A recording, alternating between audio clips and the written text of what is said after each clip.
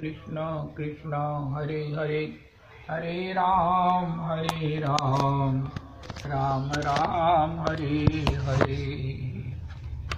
आज श्री नरहरि सरकार ठाकुर जी का तिरुभाव महोत्सव श्री विष्णुदास बाबा गोविंद कुंड आनेवर, श्री गोपाल दास बाबा गोविंद कुंड आनेवर जी का भी तिरुभाव महोत्सव। अहमेवासमेवाग्रे नान्यत् यत् सद सत्परम् पश्चादहं यदि तच्च यो अवशिष्येषु अस्म्यहम् ऋतेऽर्थं यत् प्रतीयेत न प्रतीयेत चात्मनि तद्विद्यादात्मनो मायां यथा भासो यथा तमा यथा महान्ति भूतानि भूतेषु चावचेष्वनु प्रविष्टान्य प्रविष्टानि तथा तेषु न तेष्वहम् एतावदेव जिज्ञास्यहं तत्त्वजिज्ञासु न आत्मना अन्वय व्यतिरेकाभ्यां यत् स्यात् सर्वत्र सर्वदा।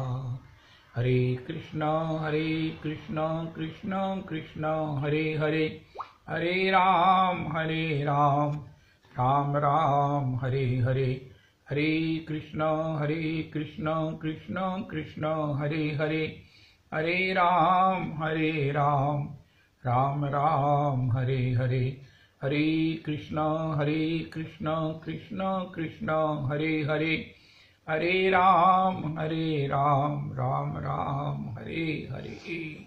श्रील नरहरि सरकार ठाकुर जी, श्री विष्णुदास बाबा जी और श्री गोपाल दास बाबा जी के चरणों में कोटि कोटि प्रणाम करें। श्री श्री नरहरि सरकार प्रभु के चरणों में, श्री गोपाल दास प्रभु के चरणों में, श्री श्री विष्णुदास प्रभु के चरणों में कोटान कोट प्रणाम करें। यही भक्ति है, यही बल है, यही कृपा है और उनकी पद धूलि से अपने को सर्वांग अभिषिक्त करने का ये सुयोग सौभाग्य प्राप्त करें और आशा विश्वास रखें कि हम भी जीवन में भजन कर सकेंगे, भजन करेंगे, निश्चित करेंगे। इन गुरुजनों की परम कृपा से, इनके चरणों में प्रणाम करने से, इनकी कृपा दृष्टि से। श्री श्री प्रेम भक्ति चंद्रिका में श्री श्री नरोत्तम दास ठाकुर जी महाराज नित्य परिकर नित्य नित्यानंद स्वरूप हमें श्री श्री गुरु जी के चरणारविंद की कृपा लाभ की प्रेरणा देते हैं। वैष्णवों की महिमा का गान करके वैष्णवों को प्रसन्न करने के लिए भी वो सब प्रकार से हमें अति आवश्यक भक्ति का अंग बताते हैं। वैष्णव असाधारण भगवान की उस कृपा से युक्त हैं। वैष्णव जो भगवान का भजन करते हैं, जिनको भगवान ने अपने भजन के लिए चुन लिया है, श्री किशोरी जी ने जिनको स्वीकार कर लिया है, उन्हीं की जिह्वा पर कृष्ण नाम आता है, वही श्री कृष्ण को प्राप्त करते हैं, वही युगल सरकार के निज जन हैं। हमारे गुरुदेव प्रभु कहते हैं कि श्री राधा कृष्ण की कृपा जब मिलती है तो एक वैष्णव का जन्म होता है। माता पिता के मिलने से एक बालक का जन्म जैसे होता है, इस प्रकार जब श्री राधा कृष्ण की कृपा मिलती है, श्री राधा जी कृपा करें, श्री कृष्ण कृपा करें, तो वो युगल कृपा का सार है, एक वैष्णव का प्रागट्य, एक वैष्णव का जन्म। ऐसे बड़भागी वैष्णव जो हरि नाम निष्ठ हैं, जो धाम निष्ठ हैं, जो भगवान की कथा के निष्ठ हैं, जो भगवान के चरणारविंद में प्रेम प्राप्ति के लिए सब प्रकार से तत्परता से साधन में लगे हुए हैं, ऐसे वैष्णव जन जो है वो उनकी प्रसन्नता जय जय वो सब प्रकार से निश्चित भक्ति में उस कृपा को करने वाली है। कोई काम धन बल से होता, कोई जन बल से होता, कोई बाहुबल से होता है, लेकिन ये भजन जो है श्री ठाकुर जी के श्री चरण कमलों का भजन रस जो सर्व रसों का चूड़ामणि है, भगवत प्राप्ति भी पूर्ण, भगवत प्राप्ति की पूर्णता है कि हमें भगवत जनों की संगति की प्राप्ति हो। भगवत जनों की संग को हम प्राप्त करें। तो ऐसा जो भगवत जन है वो हम अपनी चेष्टाओं से उन्हें हर प्रकार से उन्हें प्रसन्न करें, वो हम पर प्रसन्न हो। तो इस प्रकार श्री नरोत्तम प्रभु ने दो बहुत बड़े भक्ति के कृपा स्तंभ हमें परिचय के लिए प्रदान किए हैं। तो उसी में हमने श्री श्री प्रसंगता श्री श्री प्राण कृष्णदास प्रभु के चरणारविंद का चिंतन किया कि किस प्रकार उनकी गुरुजनों में कितनी निष्ठा है, सेवा की कितनी दृढ़ भावना है, कितनी उन्नत भावना है, जिसके प्रसाद से उनके सामने श्री प्रियालाल जी प्रकट होते हैं। प्राण कृष्णदास उनका प्रभु मैं आपकी सेवा नहीं कर पाऊंगा। उनका क्यों नहीं कर पाएंगो? क्या तू हमारी सेवा के लिए वृंदावन में नहीं आयो?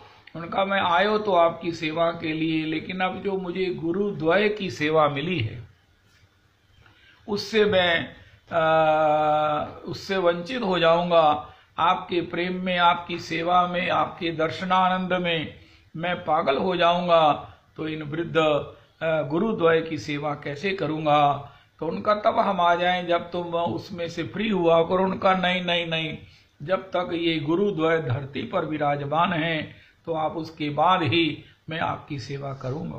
होए होए होए, ये बात मुझे 5-6 दिन हो गए कहते हुए मेरा संतोष ही नहीं होता है। मैं कहता हूं मैं क्या इन शब्दों को क्या कहूं। मैं इस भगवान के चरणों में श्री प्राण कृष्णदास प्रभु की उक्ति को, भगवान के उस दर्शन को, भगवान के उस मिलन को, ओए होए होए होए होए, भगवान की प्राप्ति, भगवत दर्शन असंभव है।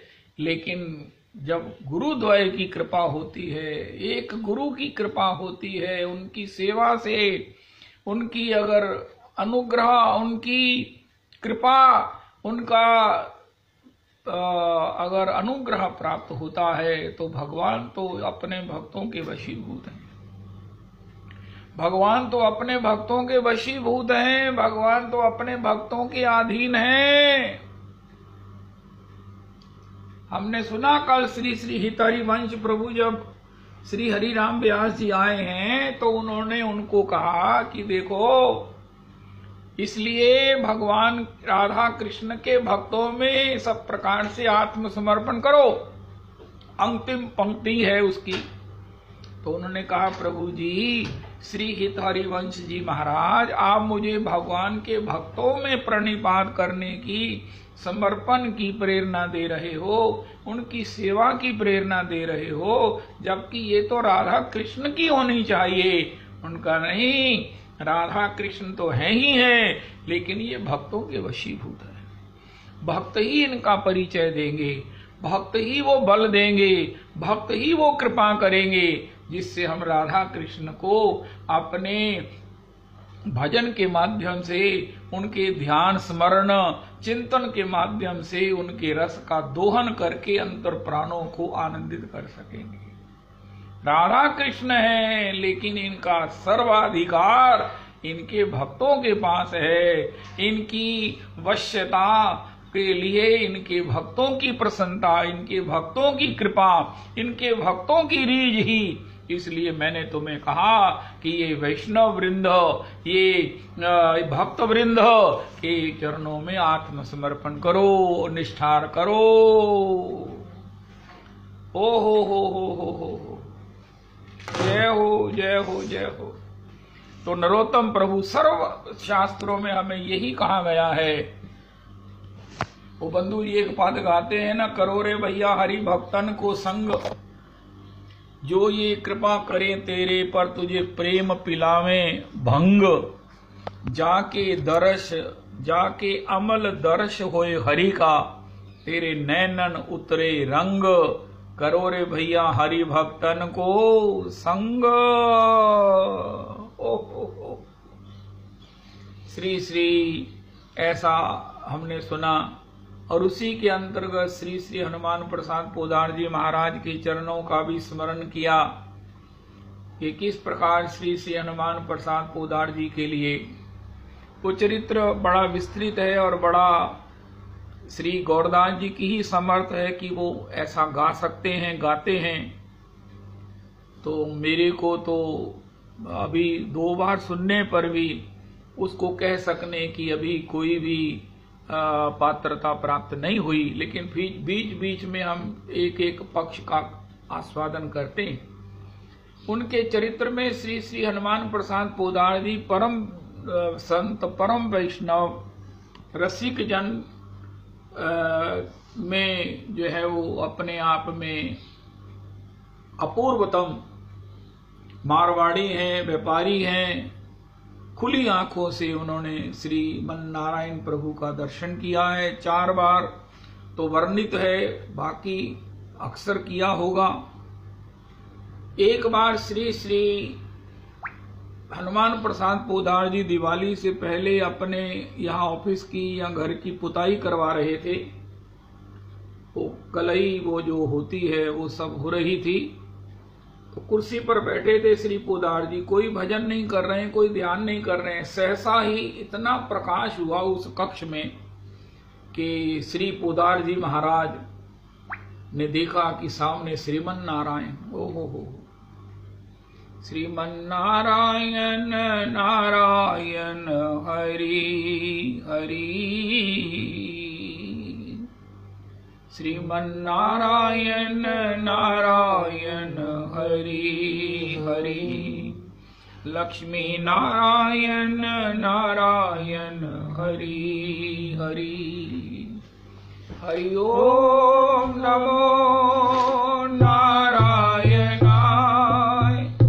ओम नमो नारायणाय, हरि ओम नमो नारायणाय, हरि ओम नमो नारायणाय, ओम नमो नारायणाय, हरि ओम नमो नारायणाय। श्रीमन नारायण नारायण हरि हरि, श्रीमन नारायण नारायण हरि हरि। भगवान को प्रणाम किया, स्तवन किया। भगवान ने कहा, हनुमान प्रसाद मेरी 12 बातें सुनो और ये सबको बताओ।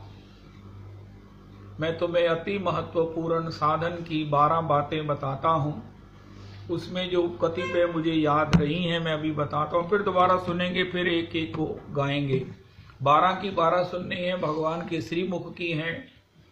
भगवान ने कहा, हनुमान, जो लोग नाम के बल पर अपराध करते हैं, पाप करते हैं, उनकी शुद्धि यमराज भी नहीं करते हैं, कर सकते हैं।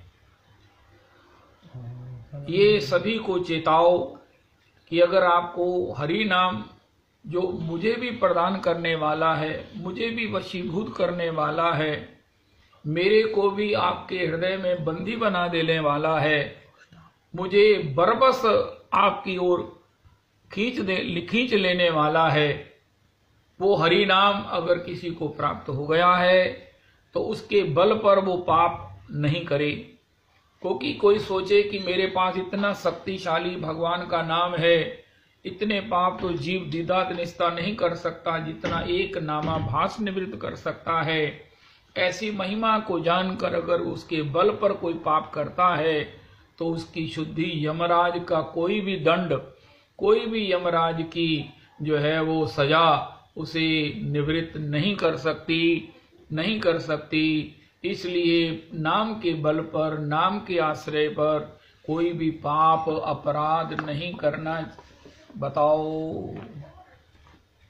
और दूसरा ये है कि श्री हनुमान प्रसाद पोदार जी को भगवान श्रीमन नारायण ने अपने श्रीमुख से कहा, हनुमान, काम क्रोध लोभ मोह ये बहुत बड़े दोष हैं, लेकिन इन सब का बाप है दंभ, दिखावा। हम अगर प्रणाम कर रहे हैं गुरुजनों को तो हमारे हृदय में भाव नहीं है, हम उनके प्रति श्रद्धान्वित नहीं हैं, हम उनकी महिमा से द्रवित नहीं हैं, हम अपने माता पिता को प्रणाम कर रहे हैं, हम गुरुजनों को प्रणाम कर रहे हैं, लेकिन भीतर से समझते ये है कि हम ही श्रेष्ठ हैं। गुरुजन ठीक है, अब प्रणाम करना है, सामने मिल गए हैं कर लो, लेकिन हृदय में भाव नहीं है। ये जो दंभ है ना, भगवान ने कहा हे पौधा, हे हनुमान, सबका जो है वो दोषों का निवारण है, लेकिन दंभी व्यक्ति का कल्याण संभव नहीं है। जो दंभ करता है, दिखावा करता है। श्री श्री रघुनाथ दास गोस्वामी जी ने अपने मना शिक्षा में ओए होए होए भजन की चूड़ा पर, भजन के शिखर पर विराजमान अवस्थित श्री श्री दास गोस्वामी जी, जिनके समान त्रिलोकी में न सतयुग में, न त्रेता, न द्वापर में कोई भजनानंदी नहीं हुआ। श्री रिजेंद्रनाथ जी महाराज कहते हैं, ऐसे श्री श्री, अरे मुझे क्या हो गया, अभी श्री गौरांग किंकरी आपका पाठ था, अभी नहीं हो गया था, तो वो बाखड़ी जी भी नहीं पॉसिबल, ऑनलाइन नहीं है। चलो, तो हनुमान लेकिन जो दंभ करता है, श्री दास गोस्वामी जी कह रहे हैं, हे मेरे माना, ओहो गुरौ गोष्ठे गोष्ठालयिषु सुजने भूसुरगणे स्वमंत्रे निज नामनी ब्रज नव युव द्वंद्व शरणे सदा दम्बम हित्वा कुरु रतिम अपूर्वा मति तरामये स्वांत भ्रातश्चटु बिर्बियाचे धृतपदः। श्री काम क्रोध लोभ मोह इन दोषों की बात श्री गोस्वामी जी ने नहीं की। अपने मन को नहीं कहा कि तू काम ना कर, तेरे में काम ना हो, तेरे में क्रोध ना हो, तेरे में लोभ ना हो। अरे एक ही बात कही, दंभ छोड़कर इनके चरणों का स्मरण कर। ओए होए होए होए होए। हमने पहले भी सुना कथा में, नमक मंडी में सत्संग था, लेकिन अब तो भगवान श्रीमन नारायण ने मोहर लगा दिया कि अगर हम दंभ करते हैं, महाराज जी कहते हैं प्रणाम माम नमस्कुरु, भगवान ने कितना सिंपल कह दिया, मन मना भव मद भक्तो मध्याजी माम नमस्कुरु। मन मना भव, अर्जुन चुप हो गए, मध्याजी अर्जुन चुप हो गए, मद भक्तो अर्जुन चुप हो गए। महाप्रभु जी भगवान ने कहा माम नमस्कुरु, अर्जुन ने कहा हाँ, लेकिन महाराज श्री अर्थ करते हैं हमारे परमाचार्य गुरुदेव कि प्रभु प्रणति युक्त प्रणाम, आत्मसमर्पण युक्त प्रणाम। हम हृदय से आत्मसमर्पण करते हैं, हृदय से आपको इष्ट के रूप में, अपने सर्वस्व के रूप में, अपने प्राणों के प्राण के रूप में, अपने सब प्रकार से अपने प्रियतम के रूप में आपको आपके चरणों में आत्मसमर्पण करते हैं, बिल्कुल आत्मसमर्पण करते हैं। आपकी महानता की कोई सीमा नहीं है और मेरी शुद्धता का कोई शुमार नहीं है। जैसे तू दयाल दीन हो, तू दानी हो भिखारी, ये कितना सरल पद है। हरिद्वार में सुखदेवानंद प्रभु आश्रम है, वहां पर ये रोज सवेरे 4 बजे पद गाते हैं। हो प्रसिद्ध पात की तू पाप पुंज हारी, ये कितना कंप्लीट पद है। लेकिन भगवान को कहें आप पाप पुंज को हरने वाले हो, लेकिन पहले अपने को एडमिट करो, मैं पातकी हूं, हो प्रसिद्ध पातकी। कौन कुकर्म किए नहीं मैंने, मैं पातकी हूं। अवगुण मोते बिसरत नाही, पल छिन घड़ी घड़ी। ऐसे अपने को हो प्रसिद्ध पात की, अगर हम अपना को ऐसा ना माने तो वो प्रणाम दंभ है, वो प्रणाम दंभ है, दंभ है। महाराज दंडौत, हे श्री ठाकुर जी को मैंने दंडौत कर दिया, मैंने गुरु जी को दंडौत कर दिया, मैंने संतों को दंडवत कर दिया, लेकिन उनका महाराज उसका परिणाम कुछ मिला। तुम्हारा हृदय शुद्ध हो गया, मेरा हृदय शुद्ध हो गया, जो कि हमने जब प्रणाम किया, नमन किया, तो हमारे भीतर के सारे दोष, द्वंद्व, दुर्भाव, दुश्चिंतन सब खत्म हो गए, बह गए। अब खाली हृदय में भगवान गुरुजनों की कृपा, हरि नाम हमारे में अवस्थित हुआ, उनका नहीं। उनका सीधा सा मतलब है कि अभी हमने अपने को समर्पण नहीं किया, हमने अपने भीतर के उन सब प्रकार से अपने को खाली नहीं किया। उनका खाली कैसे करते? उनका पहले तो मानते कि हो प्रसिद्ध पात की,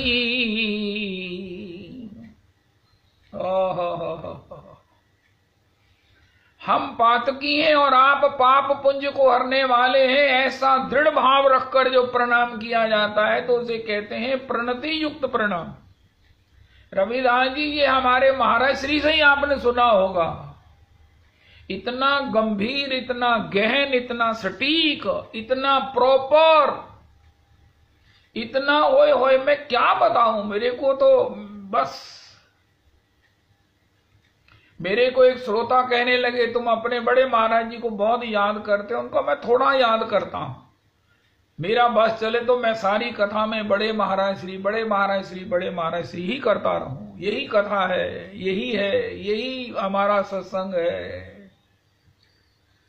अरे प्रणाम का मतलब है प्रणति युक्त प्रणाम। महाराज जी एक बार मुझे कहने लगे हम तो शब्द कोश के भंडारी हैं। ओए होए होए, हो प्रसिद्ध पात की तू पाप पुंज हारी, नाथ तू अनाथ को अनाथ कौन मोसो, मोह समान आरत नहीं, आरती हर तो सो।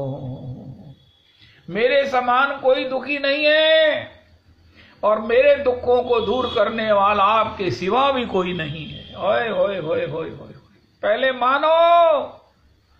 अगर हम माने कि नहीं हमारे पास पैसा है, हमारे पास विद्या है, हमारे पास परिवार है, हमारा स्वास्थ्य है, ना ना ना ना, तो ये दंभ है कि महाराज कह रहे हैं, गोस्वामी जी ने कहा है, हमने भी कह दिया है, क्योंकि सवेरे 5-10 मिनट हमको आधा घंटा भजन करना होता है। माता जी कहती हैं अरे मंदिर जाओ, प्रणाम कराओ, ठाकुर जी को मत्था ते टेकाओ, तो मैं टेक आया। तो मेरे को बताया गया है पुरुषोत्तम मंदिर में कि भगवान को प्रणाम करते हुए कुछ न कुछ विज्ञप्ति ज्ञापित करनी चाहिए, भगवान के चरणों में स्तुति करनी चाहिए। तो मैंने कर दिया है कि हे प्रभु, हे प्रभु,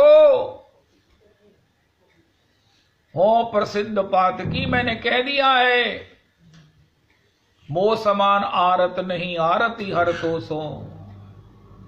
नहीं नहीं नहीं नहीं, आरत आरत तो हे मोहे नाते अनेक, मानिए जो भावे, तो हे मोहे। रविदास जी क्या अद्भुत शब्द कहा गोस्वामी जी ने, क्या वास्तविकता है हमारी भगवान के साथ। ओए होए होए, नाते हैं, भगवान ही हमारे माता हैं, भगवान ही हमारे पिता हैं। तमेव माता च पिता तमेव, तमेव बंधुश्च सखा तमेव, तमेव विद्या द्रविणम तमेव, तमेव सर्वम मम देव देव। इसी का अर्थ गोस्वामी जी करते हैं। जैसे कोई कहे ये मेरी ना मासी का लड़का है, लेकिन ये दूसरी ओर से मेरी ताई का भी लड़का है, क्योंकि मेरी मासी जी मेरी ताई, ऐसा कई तरह का कई बार हो जाता है। मेरी मासी जो है ये मायके से है, ससुराल से ये वही हमारी वो नानी बन गई है, ऐसे कई। लेकिन भगवान से हमारा कौन सा रिश्ता नहीं है? हे प्रभु, मेरे सारे रिश्ते आपसे हैं, आप किसी भी रिश्ते से मुझे अपना लो। अर्जुन कहता है मैं आपका सखा हूं, मैं आपकी बुआ का लड़का हूं, ये सब, लेकिन वो भी नाते हैं, लेकिन हम इससे भी आगे हैं। हमारा कौन सा नाता भगवान से नहीं है? ओ हो। आज की तारीख में श्री गोस्वामी जी ने हमें तमेव माता च पिता तमेव बंधुश्च सखा तमेव विद्या द्रविणम तमेव सर्वम मम देव देव की व्याख्या बताया कि हे प्रभु, तो है मोहे नाते अनेक मानिए जो भावे। सभी नाते हैं, अनेक नाते हैं। होय होय होय होय। मैं आपका सेवक हूं, मैं आपका दास हूं, मैं जन्म जन्मांतर आपकी कृपा का पात्र हूं, क्योंकि आप पतित पावन हो। आपको पतितों को पावन करना है, अपने नाम को एक्टिवेट रखना है, आपके नाम को सार्थक करना है। कोई कहेगा पतित पावन हो, पतित कहाँ है? इसलिए मैं पतित भी हूं। कोई कहे कि महाराज आपका कोई अपना है, उनका मैं अपना आपका अपना भी हूं। कोई कहे कोई आपका महाराज कोई संतान है, तो मैं संतान भी हूं। उनका कोई आपको प्यार करने वाला है, बताओ कौन है? उनका मैं आपको प्यार करने वाला भी हूं। उनका कोई आपसे आलस्य करने वाला है, जो आपके उस कृपा को समझकर, आपकी उदारता को समझकर नाजायज फायदा उठाने वाला हो, उनका वो भी मैं ही हूं। आपको कहीं नहीं जाना है महाराज। सारे दोषों से भरा हुआ, सारे दुर्गुणों से परिपूरित, सारे महाराज जितने भी ये विपरीत ये दोषों से कोई पूरित अगर व्यक्ति की कभी जरूरत होगी तो वो सब मुझ में है। इसलिए तो हे मोहे नाते अनेक मानिए जो भावे। जो त्यों तुलसी कृपालु चरण शरण पावे। जो त्यों तुलसी कृपालु चरण शरण पावे। तू दयाल दीन हो, सब प्रकार से हीन मलिन, सब गुण से रहित। अरे कोई भी कहता है इनका मैं डिजर्विंग को देना चाहता हूं। अरे भैया हमारे पास पैसा तो है, लेकिन किसे दें? सबके पास है। जब किसी को देखते हैं तो महाराज ढोंग सब करते हैं, मेरे को चाहिए। लेकिन एक्चुअल स्थिति यह है कि सब लोग अच्छी तरह से वेल खा रहे हैं, पहन रहे हैं और सब ठीक है। समझ नहीं आती अगर कोई डिजर्विंग हो तो हम उसे देवें। तो भगवान को ये निवेदन करना है कि प्रभु जी आप भी डिजर्विंग को ही तलाश रहे होंगे कि मेरी कृपा, मेरी भक्ति, मेरी सेवा, मेरा प्रेम, मेरा भजन मैं किसे दूं? किसे दूं? किसी को सबे किसी के अंग, किसी को गुणों का अभिमान है, काहू के बल भजन है, काहू के आचार। किसी को कोई ना कोई बल है कि महाराज हम तो जीवन में कभी किसी का बुरा नहीं किया, मैं सच कह सकता हूं, मैं किसी का बुरा नहीं कर सकता, मैं किसी का पैसा नहीं रख सकता, मैं कभी किसी के साथ कटु नहीं बोल सकता। मैं आपको सच कहता हूं, मैं आज तक कभी किसी से कटु नहीं बोला। मैंने किसी का दिल नहीं दुखाया। भगवान कहते हैं वो ठीक है, वो इसी बल पर, इस बल से चल रहा है कि मैं। अब मुझे ऐसा कौन मिले जो कहे महाराज मुझे लगे कि ये डिजर्विंग है, इसके पास कुछ नहीं है। वो बेचारे को कोई आश्रय नहीं है, जिसके पास कोई सत्कर्मों का बल हो, जिसके पास किसी प्रकार से किसी को तंग ना किए हुए का अभिमान हो, जिसके पास किसी का पैसा ना रखने का एक सो कॉल्ड दम्भ हो। मैं कौन ऐसा ढूंढूं? तो गोस्वामी जी कहते हैं वो मैं हूं। हा ओ हो। सब गुण ते हीन तब गुण ते आए पड़ो हूं, द्वार तिहारे जाऊं कहा तजी चरण तिहारे। हे प्रभु, मैं ही हूं वो जिसकी आपको तलाश है। डिजर्विंग मैं ही हूं, क्योंकि मुझे ही अपना भजन दीजिए, मुझे ही अपनी कृपा दीजिए। मेरे पास कुछ नहीं है, मेरे पास कुछ नहीं है, केवल मात्र दोष ही दोष हैं, दोष ही दोष हैं। इसलिए मेरे को यमपुर मने, मैं तो महाराज यमराज के पास भी जाऊंगा तो वो भी मुझे मना कर देंगे, नहीं भैया तुम रेफर कर देंगे, तुम कहीं और जाओ, हम साधारण पापियों को डील करते हैं, तुम तो महापापी हो। तो इसलिए हे प्रभु, जिसको चारों ओर से जवाब हो गया है, सब ओर से निराश हो गया है, ऐसे को आप कृपा करोगे तो आपकी कृपा सही जगह लगेगी। मेरा पैसा सही जगह लगे, मैंने पैसे देने की कोई कमी नहीं, मेरे को पैसे बड़े गए है, लेकिन मैंने दसो रविदास जी किसी ने सही होवे, किसी ने सही चाहिए होवे। तो हे ठाकुर जी, अगर आप ऐसा ढूंढ रहे हैं तो मैं हूं। हाय हाय हाय हाय।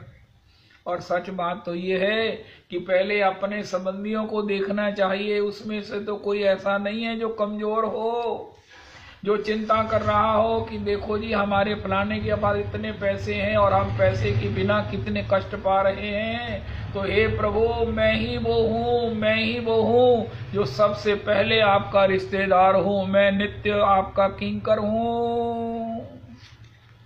नित्य पहले अपना ओस पड़ोस देखो, नित्य अपना आसपास रिश्तेदार देखो। रूप गोस्वामी जी ने अपनी संपत्ति का 25% रिश्तेदारों को दे दिया। इसी प्रकार प्रभु, अगर आप भी इसी क्राइटेरिया से कृपा करने के लिए ढूंढ रहे हो तो मैं आपका नित्य दास हूँ। जीवेर स्वरूप है नित्य कृष्ण दास। मैं ही आपका सबसे समीप हूँ, क्योंकि एक वृक्ष की कोटर में मैं आत्मा और आप परमात्मा दोनों ही रहते हो। सबसे पहले आप मुझ पर ही कृपा करें प्रभु। मैं डिजर्विंग भी हूँ और मैं आपका रिश्तेदार भी हूँ। उनका तेरा मेरा क्या रिश्ता है? उनका जब दास हूँ तो कौन सा रिश्ता नहीं है। इसलिए प्रणति युक्त प्रणाम, इस प्रकार भाव युक्त प्रणाम भगवान को करना है।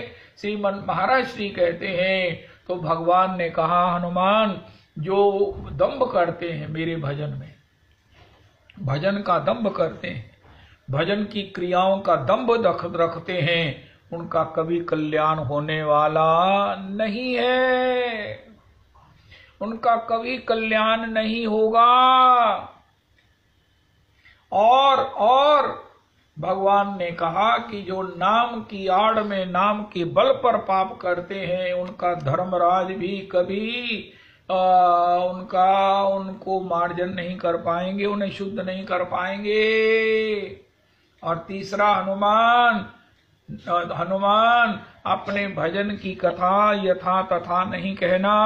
ना कहिए भजनेर कथा यथा तथा। पहले श्री हनुमान जी अपने भगवत दर्शन प्राप्त की चर्चा कर लेते थे कि किसी को प्रेरणा होगी, किसी को ऐसा नहीं लगेगा कि भगवान के दर्शन होते नहीं हैं। उन्होंने सब बताया, खुली आंखों से भगवान को देखा और उन्मुक्त हृदय से, बड़े उदार हृदय से दर्शनानंद को गाया। एक बार श्री श्री जयदयाल गोयनका जी को इन्होंने कहा सबसे पहली बार कि मुझे भगवत दर्शन की चटपटी लगी। हे गोयनका जी, आप मेरे गुरु तुल्य हो, आप मेरे गुरु ही हो। दीक्षा गुरु हो, शिक्षा गुरु हो, क्या नहीं हो, लेकिन प्रभु मेरा मन तड़प रहा है। मन तरसत हरि दर्शन को आज,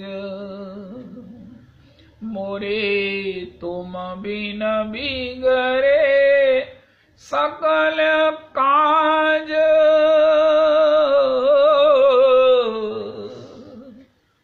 मन तड़पत हरि दर्शन को आज। और उनकी इस दशा को देखकर गोयनका जी ने कहा, तुम्हें आज ही भगवत दर्शन होगा। गोयनका जी एक ऐसे स्थान पर गए जहां बड़ा सुंदर रमणीय था, बड़ा सुखद था, बड़ा स्वच्छ था, और वहां पर सभी के साथ गोष्ठी हुई, और गोष्ठी में ही श्री अपूर्व प्रकाश और उसमें श्रीमन नारायण प्रकट हुए। ये सबको दर्शन हुआ कि नहीं हुआ, लेकिन श्री हनुमान प्रसाद पोदार जी को प्रत्यक्ष दर्शन हो रहा है, खुली आंखों से हो रहा है। उन्होंने गोयनका जी को कहा, प्रभु दर्शन दर्शन दर्शन। उनका हनुमान बताओ बताओ बताओ दर्शन। उनका भगवान कमल पत्र पर अवस्थित विराजमान है, खड़े हैं।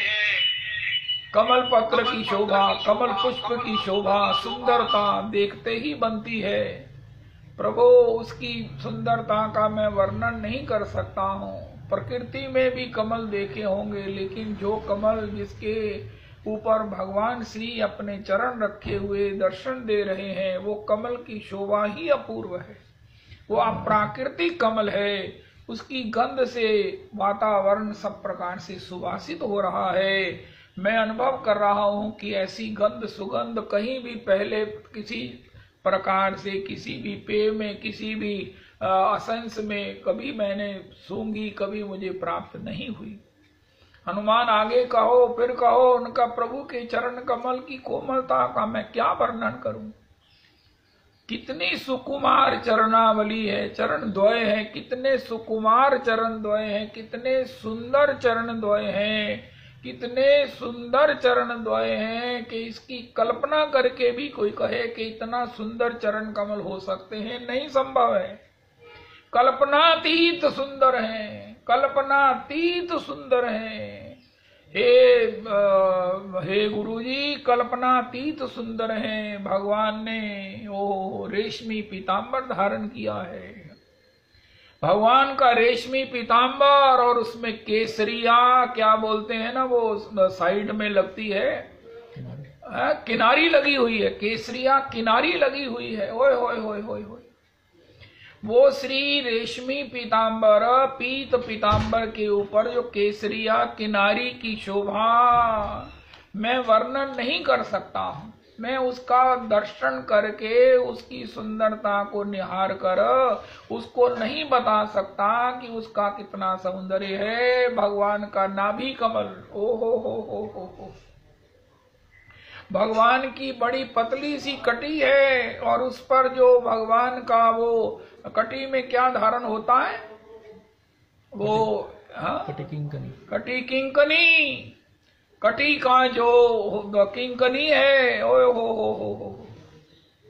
कटी में जो धारण किया हुआ है भगवान की, जो पतली सी कमर है, उसके ऊपर विशाल वक्षस्थल, ओ हो, उसमें श्री वत्स की रेखा, श्री भृगु के चरण कमल, श्री प्रभु जी मैं दर्शन कर रहा हूं। मैं क्या बताऊं, भृगु चरणारविंद का चिन्ह, भृगु जी के चरणों का चिन्ह जो भगवान अपने छाती पर सजाए हुए हैं, श्री वत्स लक्ष्म की रेखा। सुना है लेकिन मैं देख रहा हूं भगवान के श्री ओहो भुज, चतुर्भुज, शंख चक्र गदा पद्म धारण किए हुए आयुधों के साथ भगवान की ग्रीवा, नासिका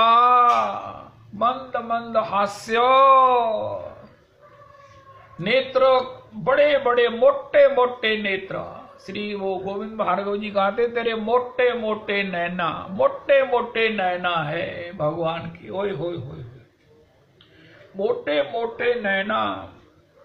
एक बार मैं हितधाम में श्री रासलीला के लिए दर्शन के लिए गया, तो वहां पास में रूम में एक स्त्री बैठी थी जिसके इतने मोटे नैन थे जो मैंने कभी नहीं देखे। वो इतने आकर्षक लग रहे थे।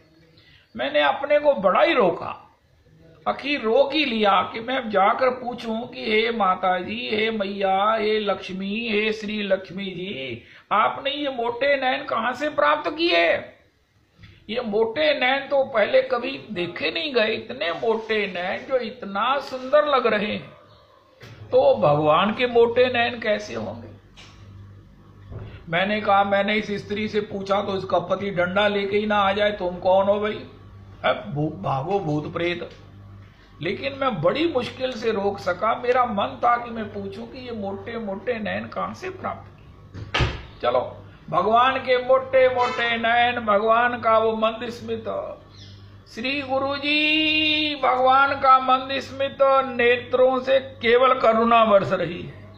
मुझे महसूस ये हो रहा है, इसमें करुणा ही करुणा भरी है।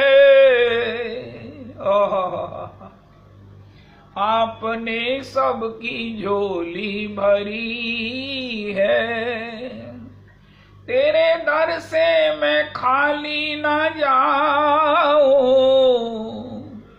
मेरी झोली भी सरकार भर दो, अपने नाम का अमृत पिला दो, अपने नाम का अमृत पिला दो, इसमें करुणा ही करुणा भरी है। श्रीमन नारायण नारायण नारायण, श्रीमन नारायण नारायण नारायण। भगवान के श्री मस्तक पर किरीट मुकुट है। ओहो, कानों में महाराज मकराकृत कुंडल है। भगवान की ये मैं झांकी कर रहा हूँ। हनुमान प्रसाद पोदार, हनुमान बताओ, हनुमान बताओ। श्री गोयनका जी पूछते रहे और हनुमान जी बताते रहे, बताते रहे, बताते रहे। ओ हो। ये झांकी काफी देर तक श्री हनुमान प्रसाद पोदार जी के खुले नेत्रों से उनको दृष्टिगत होती रही। वो दर्शनानंद से सब प्रकार से विभोर रहे। चतुर्दिक का प्रकाश, चतुर्दिक की अपूर्व सुगंध, वो अपूर्वतम वातावरण सबने एंजॉय किया। इसके बाद फिर भगवान का दर्शन हुआ। थोड़ी देर के बाद फिर भगवान का उन्होंने किस प्रकार अभिषेक किया, भगवान का श्रृंगार किया, ये भी इस योग सौभाग्य पोदार जी को मिला। फिर एक बार पुताई के समय भगवान ने दर्शन देकर कहा कि अब तुम्हें मेरा दर्शन ऐसे नहीं होगा, अब मैं नहीं आऊंगा, लेकिन तुम्हें मैं जो बातें बता रहा हूं वो तुम्हारे लिए प्रचार करने योग्य हैं। एक तो अपने भजन की कथा यथा तथा नहीं कहना, और दूसरे दंभ से सबको बचने की प्रेरणा दो। दंभ होता है अंतर के अहंकार से। दंभ हमेशा झूठा होता है। जिसके पास कोई गुण होता है उसका दंभ नहीं होता। जब खाली घड़ा बाजे घना, थोथा चना बाजे घना, अध जल गगरी छलकत जाए। जो पूरी भरी हुई गगरी होगी वो कभी नहीं छलकेगी। अध जल गगरी छलकत जाए। जो भरा नहीं है, जिसको भजन कृपा प्राप्त नहीं हुई है, वही दंभ करता है, उसमें उसका अभिमान होता है। हम भी कुछ जानते हैं, अरे हमें भी पता है। मैं आपसे सच कहूं, मैं सभी वक्ताओं के चरणों में बैठ कर ना मुझे यही रहता है कि नहीं, ये तो मुझे पता है, ये तो मुझे पता है, ये तो मुझे पता है। दंभ में बैठकर मैं सुनता हूं, सच बताता हूं आपको। भगवान के व्यासासन पर झूठ नहीं बोलता हूं, मैं दंभ से ही सुनता हूं। इसलिए मेरा कुछ नहीं बना है, कुछ नहीं बनता है, बनना भी नहीं है। ये मेरे भगवान, ये जो दंभ है ना, ये थोथा होता है, ये झूठा होता है। और भगवान ने कहा काम, क्रोध, लोभ, मोह ये तो कुछ भी नहीं है। सबसे बड़ा शत्रु है दंभ। इसको अपने से निवृत्त करो। और ये ईगो जो है, झूठी ईगो है, हम भी कुछ हैं, हम भी कुछ हैं। गुरुजी आप हैं तो हम आपको प्रणाम कर रहे हैं, मर्यादा है, नहीं करेंगे तो अपराध होगा। बाकी ऐसा नहीं है कि आप कुछ विशेष हैं और हम कुछ नहीं है। ठीक है, आपके पास दोष लोग ज्यादा होंगे, हम भजन ज्यादा करते होंगे। होय होय होय होय होय। और नाम के बल पर पाप करने वाले का उद्धार यमराज भी नहीं कर सकते। ये 4 बातें या 3 बातें भगवान ने 12 बातों में जो बताई मुझे याद रही। इसकी 12 की 9 बातें या 8 बातें और भी हम सुनेंगे। ये कितनी महत्वपूर्ण हैं। भगवान ने कहा आगे चलकर, पोदार जी इनको लिख लो, इनको लिख लो और सबको बताओ, सबको कहो कि अपने पास लिख कर रखें। यही राम भक्ति के बाधक हैं। श्री श्री हनुमान प्रसाद पोदार जी महाराज का ऐसा पूर्वतम व्यक्तित्व है। फिर श्री हनुमान प्रसाद पोदार जी ने बॉम्बे से गोरखपुर में अपने एक सहयोगी की प्रेरणा से जब प्रकाशन की बात कही कि इन प्रवचनों का प्रकाशन हो, लोग इससे घर बैठे लाभान्वित हो, तो उन्होंने कहा कि गोरखपुर में मेरा कारोबार है, मेरे वहां पर परिचित हैं, बहुत सुविधा रहेगी। तो वहां प्रकाशन की उन्होंने व्यवस्था सोची। कितनी मेहनत किया है, कितनी मेहनत किया है, जो आज हम देख रहे हैं। अरे महाभारत कहाँ से लें, कौन सी प्रिंटिंग से लें, उनका गीता प्रेस से लो, उनका नारायण कवच कहाँ से लें, उनका 2 पैसे में गुटका मिल जाएगी, अरे गुटका मिल जाएगा। अरे भागवत जी कहाँ से लें, उनका महाराज 2 खंड में छपा है गीता प्रेस से। अरे श्रीमद् रामचरितमानस जी मुझे मोटे मोटे शब्दों में चाहिए, उनका गीता प्रेस से मिल जाएगी। उनका मुझे छोटी से छोटी रामचरितमानस जी पाठ करने के लिए चाहिए, मेरी आंखें ठीक है, उनका श्री गीता प्रेस से मिल जाएगी। उनका मुझे भगवत गीता जी चाहिए, लेकिन मुझे श्लोक पढ़ने नहीं आते, संधि समेत चाहिए, उनका मिल जाएगी गीता प्रेस से। उनका महाराज मुझे ये ग्रंथ चाहिए, उनका गीता प्रेस से मिल जाएगा। उनका मुझे प्रहलाद चरित्र चाहिए, उनका गीता प्रेस के पास से मिलेगा। उनका महाराज कल्याण का संपादन उन्होंने किया। अब अंदाजा लगाइए कि कल्याण के लिए जब उन्होंने संकल्प किया, सभी ने बैठकर के क्या नाम रखे पत्रिका का, तो किसी ने कहा कल्याण, सबने यूनानिमसली कहा वाह कल्याण नाम तो बिल्कुल सार्थक है। उसमें सब प्रकार के लेख, संत चरित्र, प्रेरणा और करो और पढ़ो, सुनो और करो, ये भी बाद में वो लेख हैं।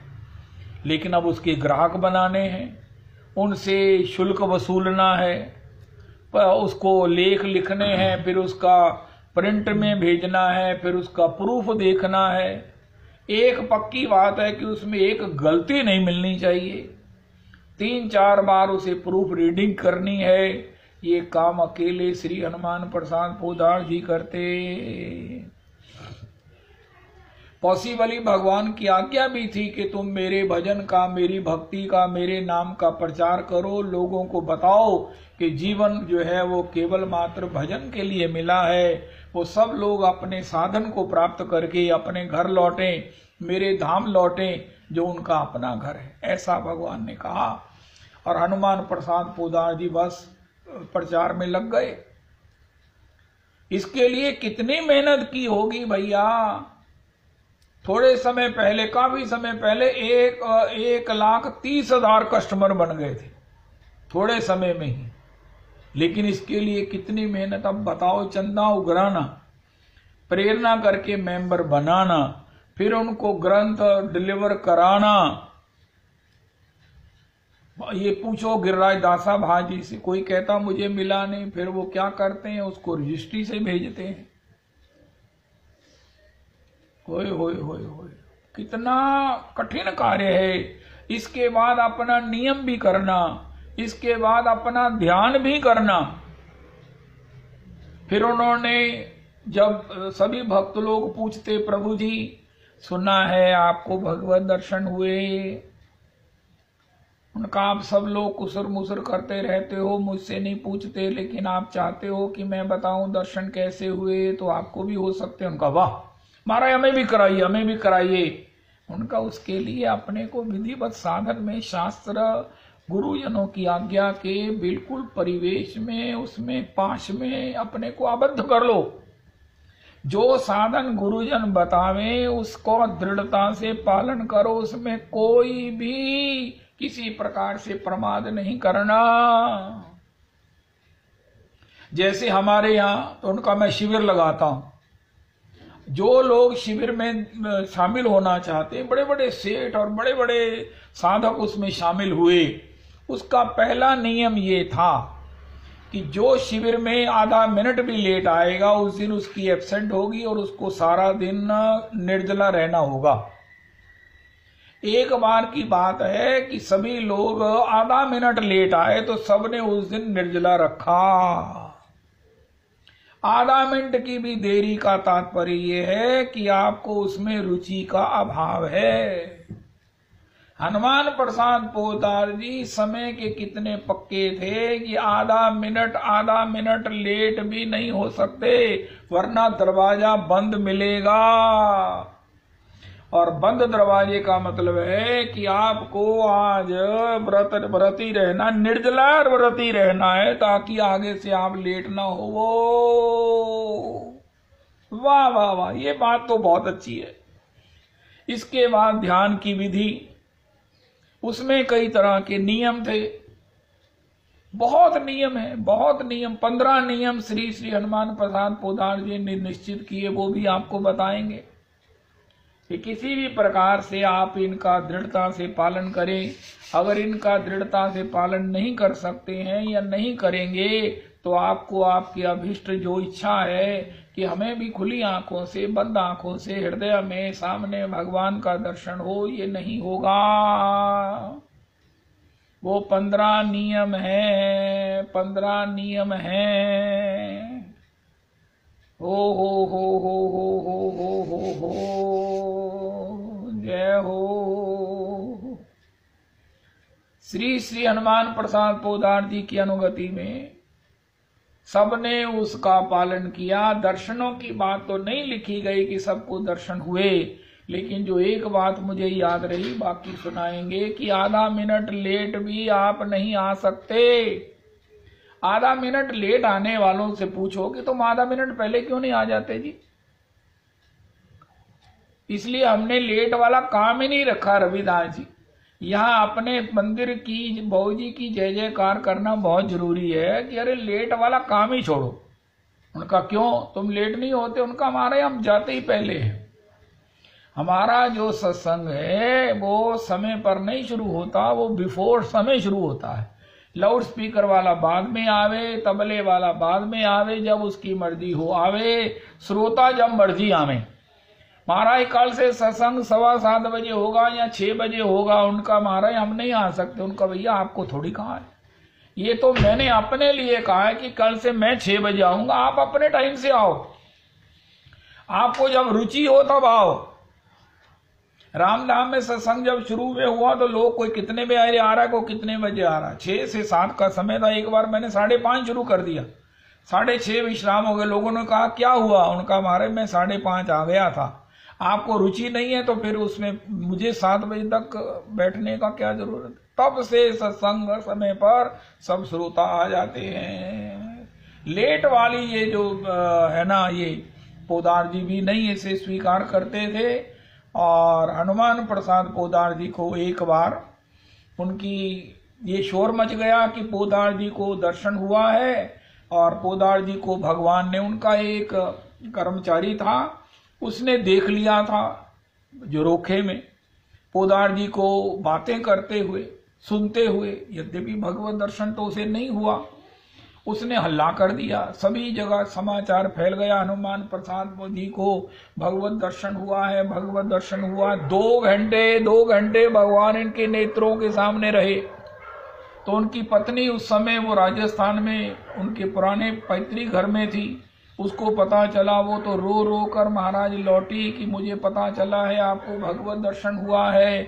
अब भगवत दर्शन करने वाला तो अपने में सिमट जाता है, वो तो किसी से बात नहीं करना चाहता, वो तो महाराज पत्नी को भी नहीं पहचानता है। तब वो बड़ी दुखी हुई, वो आई, चरणों में प्रणाम किया और कुर्सी पर बैठे हुए हनुमान प्रसाद पोदार जी के चरणों में बैठ गई और रोने लगी। उनका तुम क्यों रो रही है? उनका आपको भगवत दर्शन हुआ। उनका ये रोने वाली बात है। उनका नहीं, आप मेरा क्या बनेगा?